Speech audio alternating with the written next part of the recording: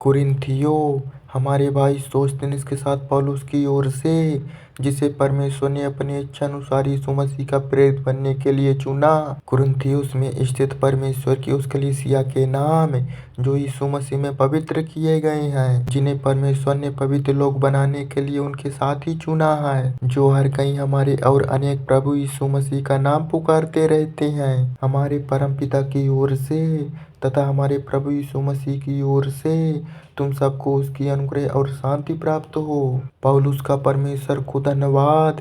तुम्हें प्रभु यीशु में जो अनुग्रह प्रदान की गई है उसके लिए मैं तुम्हारी ओर से परमेश्वर का सदा धन्यवाद करता हूँ। तुम्हारी यीशु में स्थिति के कारण तुम्हें हर किसी प्रकार से अर्थात समस्त वाणी और संपूर्ण ज्ञान से संपन्न किया गया है। मसीह के विषय में हमने जो साक्षी दी है वह तुम्हारे बीच प्रमाणित हुई है और इसी के परिणाम स्वरूप तुम्हारे पास उसके किसी पुरस्कार की कमी नहीं है।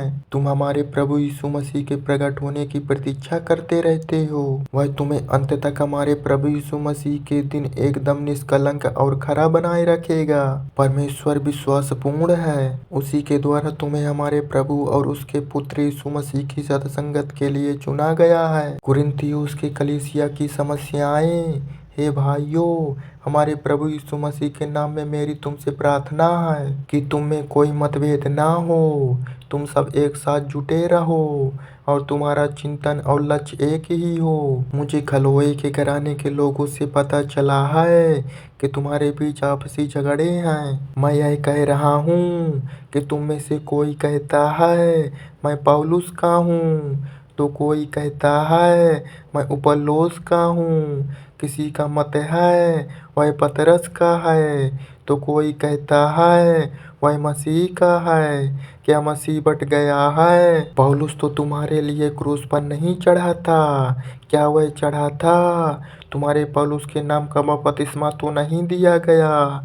बताओ क्या दिया गया था? परमेश्वर का धन्यवाद है कि मैंने तुम में से क्रिस्पुस और गयुस को छोड़कर किसी भी और को बपतिस्मा नहीं दिया, ताकि कोई भी यह न कह सके कि तुम लोगों को मेरे नाम का बपतिस्मा दिया गया है। मैंने स्तिफनुस के परिवार को बपतिस्मा दिया था, किंतु जहाँ तक बाकी लोगों की बात है सो मुझे याद नहीं कि मैंने किसी भी और को कभी बपतिस्मा दिया हो, क्योंकि मसीह ने मुझे बपतिस्मा देने के लिए नहीं बल्कि वाणी के किसी तर्क वितर्क के बिना सुसमाचार का प्रचार करने के लिए भेजा था, ताकि मसीह का क्रूस यूं ही व्यर्थ ना चला जाए। परमेश्वर की शक्ति और ज्ञान स्वरूप मसीह, वे जो भटक रहे हैं उनके लिए क्रूस का संदेश एक निरी मूर्खता है, किंतु जो उद्धार पा रहे हैं उनके लिए वह परमेश्वर की शक्ति है। शास्त्रों में लिखा है, ज्ञानियों के ज्ञान को मैं नष्ट कर दूंगा और सारी चतुर की चतुरता मैं कुंठित करूंगा। कहा है,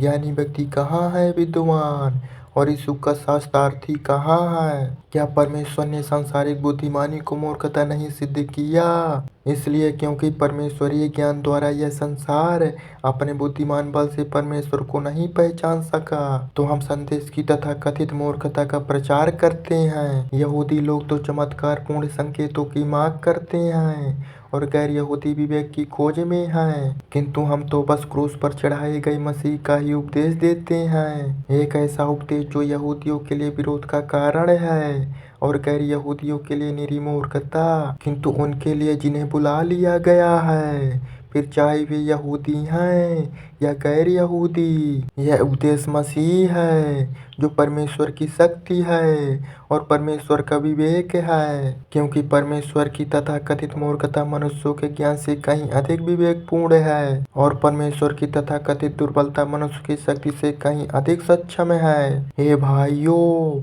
अब तनिक सोचो कि जब परमेश्वर ने तुम्हें बुलाया था तो तुम में से बहुत तेरे ना तो सांसारिक दृष्टि से बुद्धिमान थे और ना ही शक्तिशाली। तुम में से अनेक का सामाजिक स्तर भी कोई ऊंचा नहीं था, बल्कि परमेश्वर ने तो संसार में जो तथाकथित मूर्खता था उसे चुना ताकि बुद्धिमान लोग लज्जित हों। परमेश्वर ने संसार में दुर्बलों को चुना ताकि जो शक्तिशाली हैं वे लज्जित हों। परमेश्वर ने संसार में उन्हीं को चुना जो नीचे थे, जिनसे घृणा की जाती थी और जो कुछ भी नहीं है, परमेश्वर ने इन्हें चुना ताकि संसार जिसे कुछ समझता है उसे वह नष्ट कर सके, ताकि परमेश्वर के सामने कोई भी व्यक्ति अभिमान ना कर पाए। किंतु तुम यीशु मसीह में उसी के कारण उपस्थित हो। वही परमेश्वर के वरदान के रूप में हमारी बुद्धि बन गया है। उसी के द्वारा हम निर्दोष ठहराए गए ताकि परमेश्वर को समर्पित हो सकें और हमें पापों में छुटकारे मिल पाए। जैसा कि शास्त्र में लिखा है, यदि किसी को कोई गर्व करना है तो वह प्रभु में अपनी स्थिति का गर्व करे।